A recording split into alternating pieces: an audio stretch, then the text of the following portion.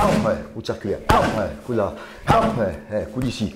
Voilà, très bien, le coup de piqué. Très bien. Hop, hop. Ouais.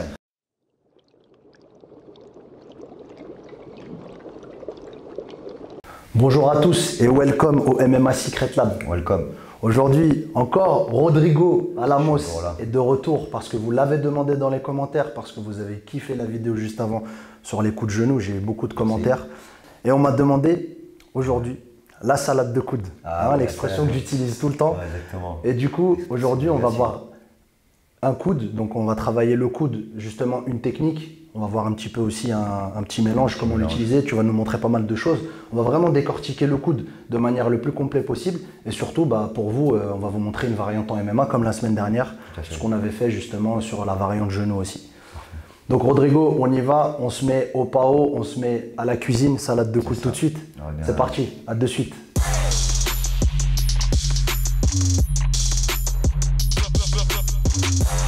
Voilà, donc du coup, tu vas nous parler un petit peu de l'importance du coude dans le Muay et moi je vais te donner un petit peu ma version dans le MMA. Vas-y, on t'écoute Rodrigo. Mais le soc en Muay Thai, c'est vraiment l'arme de prédilection. Celui-là qui ne travaille pas son coup de coude, ses coups de coude, ses variantes au corps à corps, longue distance, en liaison point, avec des saisies, avec le corps à corps, avec en créant des espaces, en créant des ouvertures, il ne fait pas du Muay Thai. Et je pense que c'est une arme super importante en MMA, puisqu'il y a ces phases de lutte. Elle est négligée, elle est très négligée. En France, aux États-Unis, on a certains combattants qui ont compris. D'ailleurs, c'est des lutteurs en plus, c'est ça qui est dingue. John Jones a compris l'utilité des coudes. Qui a très vite adapté les coudes à la lutte justement. Au clinch gréco, parce que c'est la lutte gréco. Et du coup, le coude, quand il est négligé en MMA, ça fait une arme en moins, mais vraiment une arme destructrice en moins. C'est-à-dire vous comptez beaucoup sur les points, vous comptez beaucoup sur la lutte. Le coude, ça va être décisif, ça peut créer des ouvertures qui arrêtent le combat, comme ça peut créer des KO.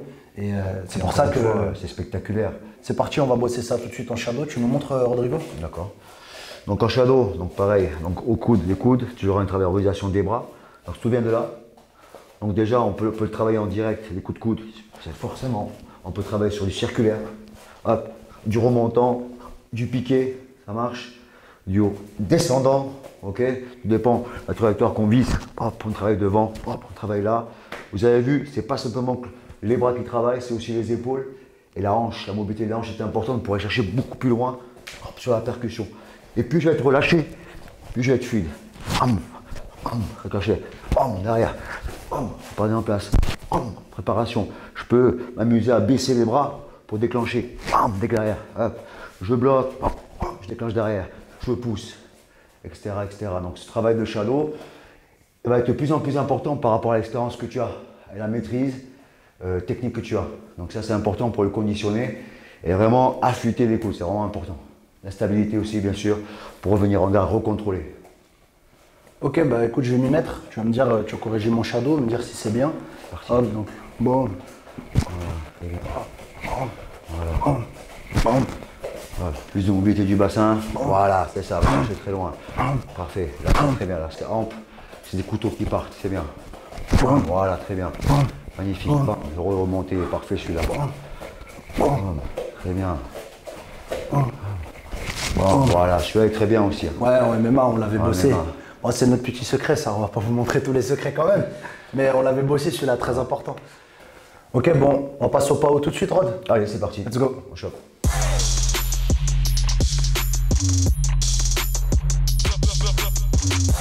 Ok, donc maintenant, Rodrigo, on va voir justement la technique de coude du jour. La technique de coude du jour, c'est un contre, comme tu m'avais montré tout à l'heure. Vas-y, explique-nous. Donc là, en fait, sur une attaque directe, hop, voilà, on va intercepter. Après, on est bien au niveau du poignet. C'est là qu'il y a un minimum de force. Si tu viens là, hop, on peut revenir derrière. Donc ça, c'est important, bien intercepter. Là, hop, on va, avec le levier du coude, baisser le bras. On va créer l'ouverture pour le coude. Tout simplement, je glisse vers l'avant. D'accord. Important, comme tu viens de le faire.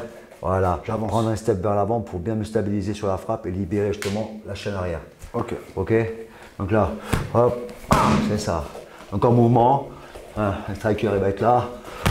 Voilà, on glisse, on remet derrière. Il faut bien s'assurer avec l'épaule aussi, c'est important. Il faut bien, voilà, couper et rentrer devant. On est en position là. Et là, je pars d'un genou. Voilà, ça on peut faire un enchaînement éventuellement. Ok. On passe là, hop, ça part là, mouvement. Oh, allez. Et directement, très bien. Position là, bien intercepté. Oui, très bien ça. Celui-là, il a glissé un petit peu. Ouais, mais même si ça glisse, c'est pas grave, ça peut faire mal. D'accord. Stable. Allez, à plat. Voilà. Et directement derrière. Ok.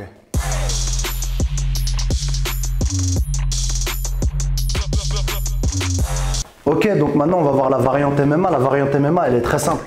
Vous le savez et vous regardez beaucoup de combats, par exemple style McGregor, style Diaz. Souvent, Rod, ils ont les mains comme ça quand tu as vu le combat de MMA, tu vois, ils ont la main ici.